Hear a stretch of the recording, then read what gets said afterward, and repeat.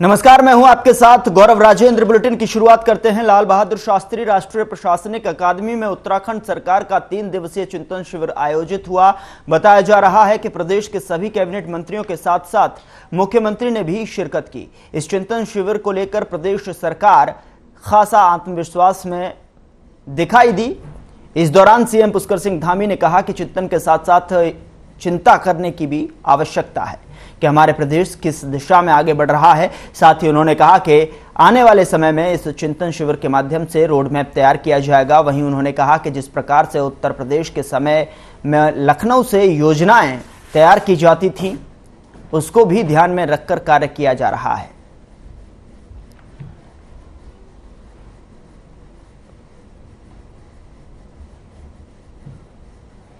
आने वाले 5 सालों में 10 सालों में इसका रोड मैप बने, किस प्रकार से यहाँ की अर्थव्यवस्था आगे बढ़े, यहाँ की जीएसडीपी में ग्रोथ हो, यहाँ के लोगों का जीवन स्तर ऊपर उठे, हमारे अधिकारी गणों का ठीक प्रकार से जगह जगह पर प्रवास हो, हमारे सभी नेताओं का प्रवास हो, मंत्रियों का प्रवास हो दूर दराज के इलाकों में।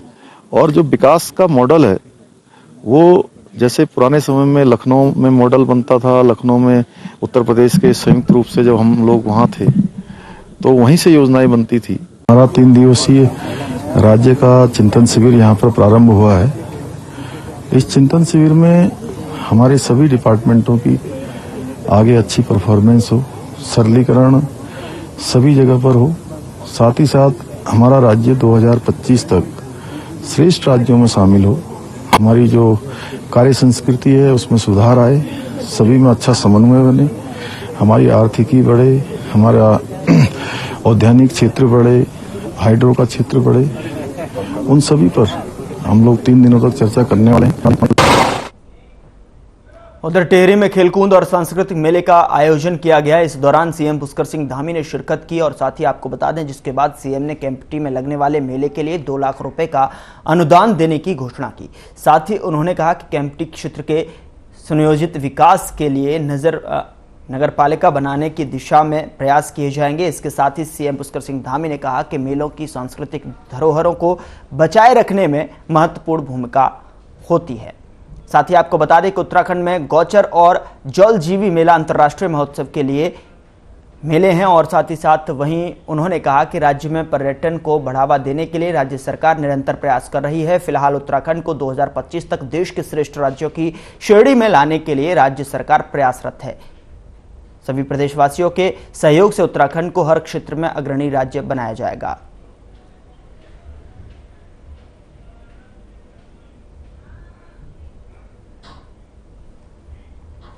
उधर हल्द्वानी दौरे पर रहे बीजेपी प्रदेश महामंत्री आदित्य कोठारी का भव्य स्वागत किया गया। आपको बता दें कि पार्टी के प्रदेश प्रवक्ता हेमंत द्विवेदी ने अपने आवास पर कार्यकर्ताओं के साथ भव्य स्वागत किया। इस दौरान प्रदेश प्रवक्ता हेमंत द्विवेदी ने आदित्य कोठारी को बाबा नीम करौली महाराज की फोटो भी भेंट की। वहीं प्रदेश महामंत्री आदित्य कोठारी ने मीडिया से बात करते हुए कहा कि वह अपने कुमाऊं दौरे पर हैं, जहां वह हल्द्वानी, नैनीताल, भीमतान और अन्य जगहों पर पार्टी के पदाधिकारियों और कार्यकर्ताओं से मुलाकात कर रहे हैं। इस दौरान प्रदेश महामंत्री आदित्य कोठारी ने कहा कि प्रदेश के साथ ही सभी जनपदों के 3 जिला अध्यक्ष बना दिए गए हैं। सभी जिले में संगठन के दृष्टिकोण से प्रभारियों की नियुक्ति की गई है। 2023 में नगर निगम और 2024 में लोकसभा के चुनाव होने हैं। ऐसे में संगठन बूथ पर स्तर पर मजबूत रहे, जिसको लेकर चर्चा की जा रही है।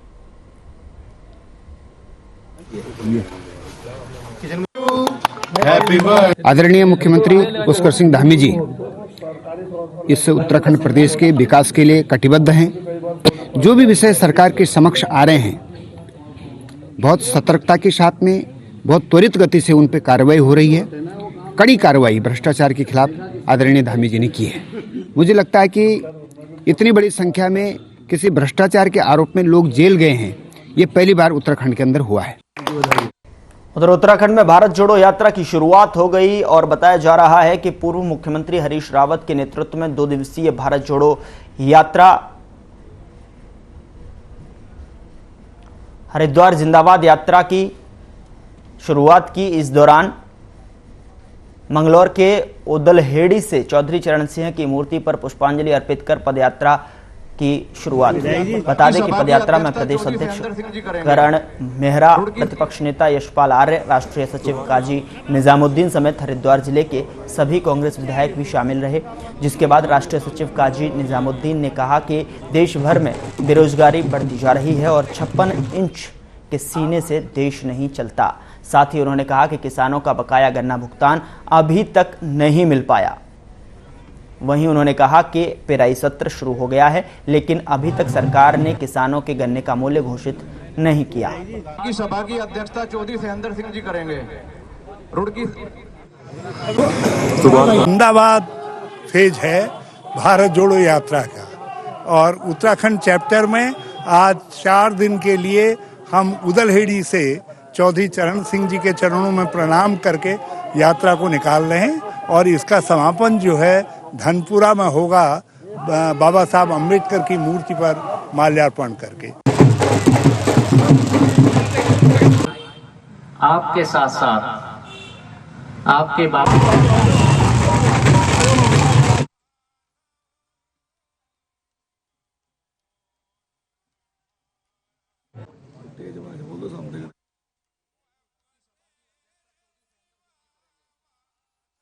शुरुआत हुई। पूर्व सीएम हरीश रावत ने इसका नेतृत्व किया।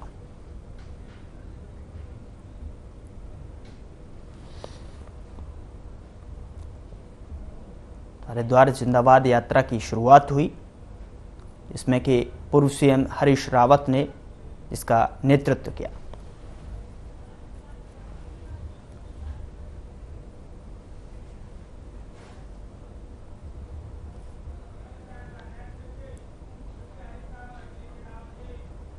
उधर मंगलौर विधानसभा के उदलहेड़ी गांव से भारत जोड़ो हरिद्वार जिंदाबाद यात्रा की शुरुआत की गई। यात्रा का शुभारंभ पूर्व मुख्यमंत्री हरीश रावत की अगुवाई में हुआ। इस अवसर पर पूर्व मुख्यमंत्री हरीश रावत ने कहा कि यात्रा की शुरुआत किसानों के मसीहा पूर्व प्रधानमंत्री चौधरी चरण सिंह के चित्र पर माल्यार्पण कर की गई। बता दें कि 4 दिवसीय यात्रा में प्रदेश के मुख्य मुद्दों और समस्याओं को जनता के सामने रखा जाएगा।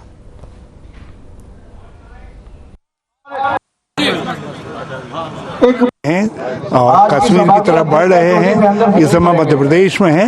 ये उसी का जो है उत्तराखंड चैप्टर का हरिद्वार हिस्सा है, जो हरिद्वार जिंदाबाद के साथ जो है चौधरी चरण सिंह जी के चरणों में फूल अर्पित करके प्रारंभ हो रहा है।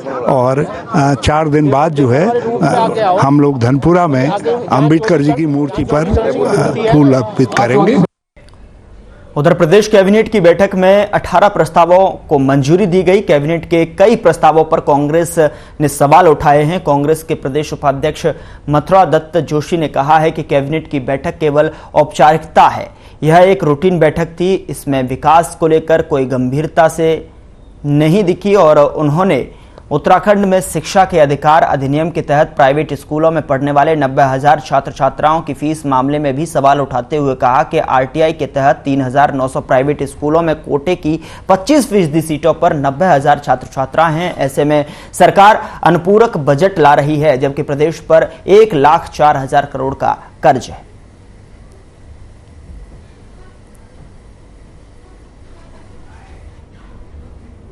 तो कांग्रेस में सरकार कल कैबिनेट में कुछ फैसले लेके आई, किस तरीके से? देखिए, एक भी ये रूटीन फैसले हैं, सरकार कहीं गंभीर नहीं है, एक केवल औपचारिकता मात्र है। कैबिनेट की बैठक करनी, कोई फैसला ऐसा नहीं जिससे हम कह सकें कि इसके दूरगामी परिणाम हों। आपने आरटीई में जो राइट ऑफ एजुकेशन में फीस बढ़ाने की बात की है, आप किसको फायदा देना चाहते हैं? अगर छात्रों को कैश उसमें आप फीस देते तो हम कहते भाई तो स्कूलों को आप फायदा देना चाह रहे हैं। उधर जसपुर में भारतीय किसान यूनियन की बैठक का आयोजन किया गया। बैठक में पराली जलाने पर किसानों पर लगाए गए मुकदमों को वापस लेने के साथ साथ एमएसपी रेट समेत अन्य मांगों पर चर्चा की गई। किसानों ने बताया कि 26 नवंबर को अपनी मांगों को लेकर देहरादून सचिवालय में प्रदर्शन किया जाएगा। इसी के साथ मुख्यमंत्री को राज्यपाल के नाम ज्ञापन सौंपा।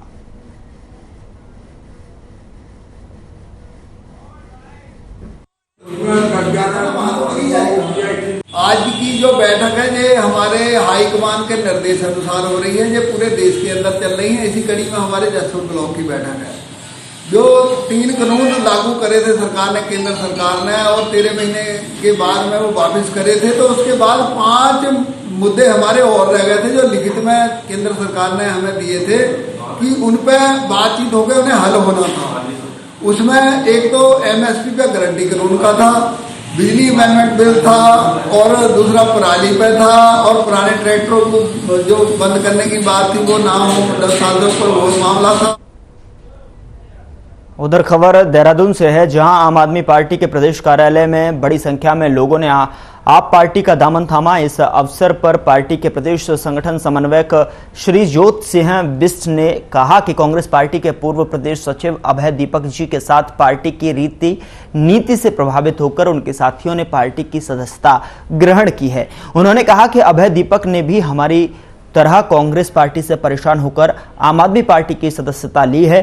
साथ ही कहा कि कांग्रेस टुकड़ा टुकड़ा गैंग जैसी हो चुकी है और प्रदेश के लोगों को राज्य के अंदर बेहतर विकल्प के तौर पर आम आदमी पार्टी ही नजर आ रही है। इस अवसर पर पार्टी के अनेक पदाधिकारी मौजूद रहे।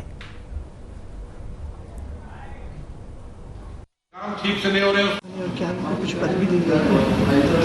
कांग्रेस पार्टी के पूर्व प्रदेश सचिव अभय दीपक जी ने अभी अपनी एक टीम के साथ 50 लोगों की टीम के साथ आम आदमी पार्टी की सदस्यता ली। मैं अभय दीपक और उनकी पूरी टीम का आम आदमी पार्टी परिवार में स्वागत करता हूं।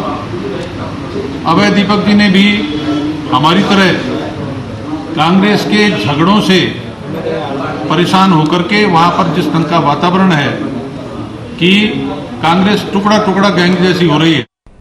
उधर अल्मोड़ा में कुमाऊं के 4 जनपदों के पुलिस समाज कल्याण बाल आयोग महिला के लोगों की कार्यशाला की जा रही है। बताया जा रहा है कि मानव तस्करी को लेकर कानून विशेषज्ञों की ओर से कानून की बारीकी और उसके रोकथाम के लिए ट्रेनिंग दी जा रही है। साथ ही राज्य महिला आयोग के उपाध्यक्ष ने बताया कि सीमाओं में मानव तस्करी के मामले लगातार सामने आ रहे हैं, उसके रोकथाम के लिए राष्ट्रीय महिला आयोग ने 4 जनपदों के लोगों को ट्रेनिंग दी है। वहीं उन्होंने कहा है कि ट्रेनिंग से बहुत कुछ सीखने को मिलेगा और मानव तस्करी रोकने में मदद मिलेगी।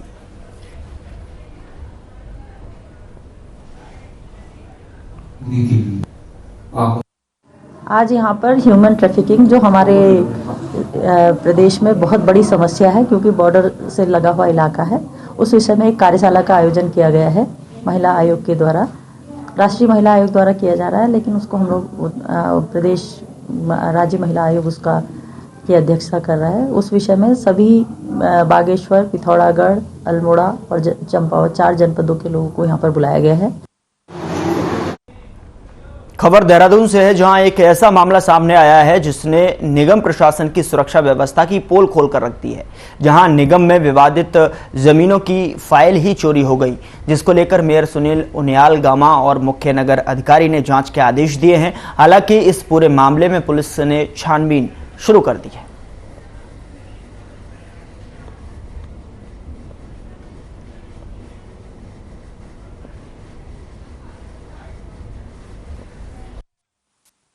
देखिए, दस्तावेज चोरी हुए हैं, गंभीर विषय है, और ये क्या कारण था कि जो चोर ने खाली कागजों को ही टारगेट किया है, इसके लिए अधिकारियों को कहा गया है कि इसकी जांच की जाए। पुलिस में रिपोर्ट इसकी दर्ज करा दी है, लेकिन संतोषजनक बात यह है कि उसकी हमारे पास जो है सॉफ्टवेयर में हमारे पास उसकी कॉपी है, वो रिकॉर्ड जो है हमारे पास है, इसलिए कोई चिंता वाली बात नहीं। बताया गया है कि ऑलरेडी डिजिटाइज हो चुके थे, तो उनका डिजिटल रिकॉर्ड के माध्यम से इमीडिएटली निर्देश दे दिए गए हैं कि उनका प्रति जो है डेवलप करा ली जाए, ताकि पब्लिक को किसी प्रकार की सूचना लेने में समस्या ना हो।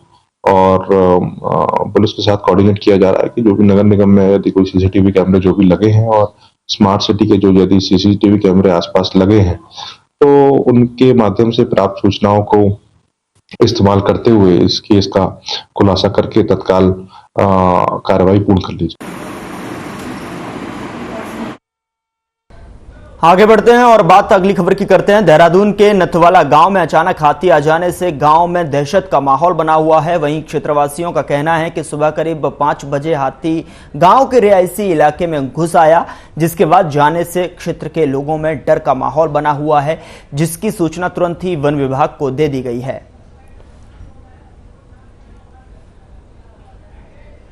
तस्वीरों में आप देख सकते हैं कि किस कदर जो है सुबह 5 बजे के आसपास से ये किसी के द्वारा इस वीडियो को बनाया गया, जिसमें कि आप देख सकते हैं कि रिहायशी इलाके में हाथी साफ तौर पर घूमता हुआ दिखाई दे रहा है।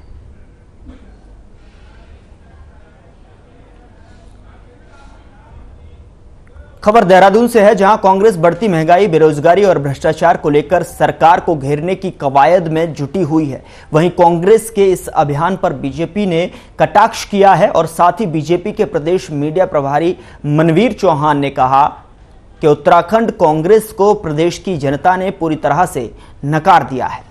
कांग्रेस के पास कहने और बोलने के लिए कुछ नहीं है। कांग्रेस के नेता आपस में ही द्वंद्व में जुटे हुए हैं और प्रदेश में महंगाई को कम करने के लिए सरकार अपने स्तर से काम कर रही है।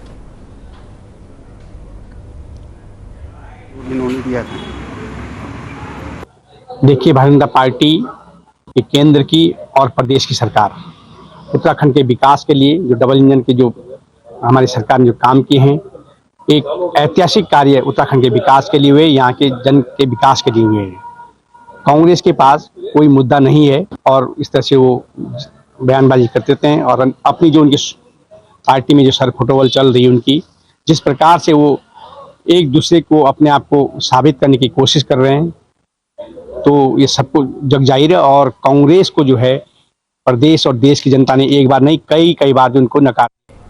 उधर गदरपुर विकासखंड के एक प्राइमरी स्कूल में मिड डे मील का खाना बनाते हुए अचानक आग लगने से अफरा तफरी का माहौल पैदा हो गया। आपको बता दें कि सूचना मिलने पर मौके पर पहुंची पुलिस ने आग पर काबू पाया। साथ ही शिक्षकों ने छात्रों को स्कूल से बाहर निकाला। वहीं क्षेत्रीय विधायक अरविंद पांडे ने मौके पर पहुंचकर पुलिस का धन्यवाद किया।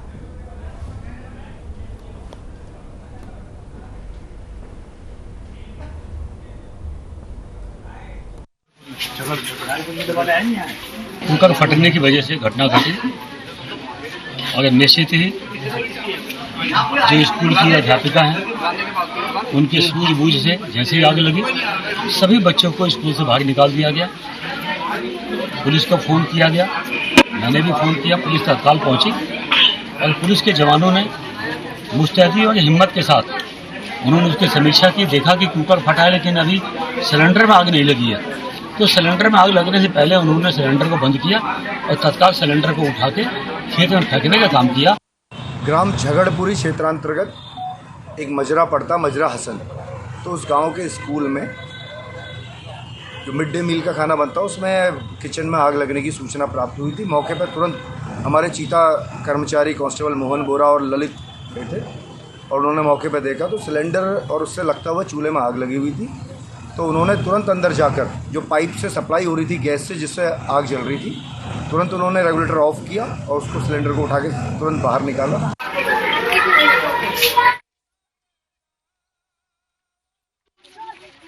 पानी आने से कभी कुछ नहीं होता।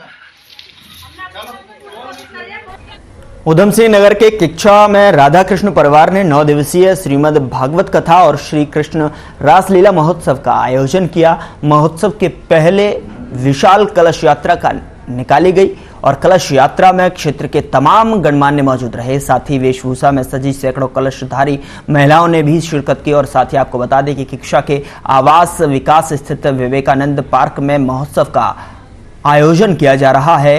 किच्छा के पुरानी गल्ला मंडी से प्रारंभ हुई कलश यात्रा में सैकड़ों श्रद्धालुओं ने शिरकत की और इस दौरान सबसे आगे बैंड बाजे की धुन पर सुंदर भजन चल रहे थे। उनके पीछे ध्वज पताका लिए सैकड़ों श्रद्धालु और कलशधारी महिलाएं कतारबंद चल रही थी। आपको बता दें कि कलश यात्रा पुरानी गल्ला मंडी से शुरू होकर नगर के मुख्य बाजार डीडी चौक बरेली रोड आवास विकास होती हुई स्वामी विवेकानंद पार्क में समाप्त हुई। तो वहीं कलश यात्रा के साथ ही कार्यक्रम का शुभारंभ हुआ। बता दें कि गोवर्धन धाम से आए कथा व्यास संत स्वामी करुण दास जी महाराज रोजाना कथा का वाचन करेंगे। साथ ही कथा प्रवचन के दौरान वृंदावन से आई कलाकारों की मंडली राधा कृष्ण की रास लीला करती हुई नजर आएंगी।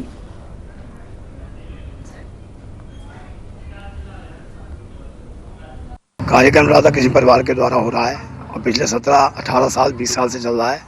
इस बार भागवत कथा का आयोजन है, जिसमें आज कलश यात्रा निकाली गई है और विशाल कलश यात्रा 1008 महिलाओं की निकली है। और कल 22 तारीख को श्रीमद् भागवत कथा 2 से 5 आरंभ होगी 28 तारीख तक, और 29 तारीख को विशाल प्रभु का भंडारा होगा। इसी कार्यक्रम में 23 तारीख से भगवान कृष्ण वृंदावन से चलकर यहाँ दर्शन देने भक्तों को आ रहे हैं, तो वो कृष्ण रासलीला के रूप में भगवान अपने दर्शन भक्तों को देंगे।